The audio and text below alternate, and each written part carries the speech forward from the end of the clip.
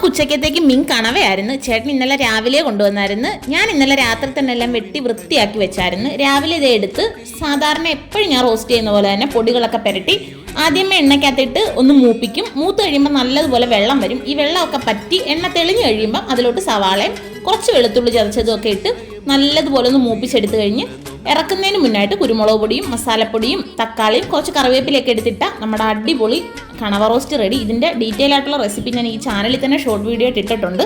പിന്നെ ഇന്നത്തെ നമ്മുടെ സ്പെഷ്യൽ എന്ന് പറയുന്നത് കാടയിറച്ചിയായിരുന്നു. ഇന്നലെ വൈകിട്ട് ഒരു 3 കാട കോഴി വാങ്ങിച്ചിട്ടുണ്ടായിരുന്നു.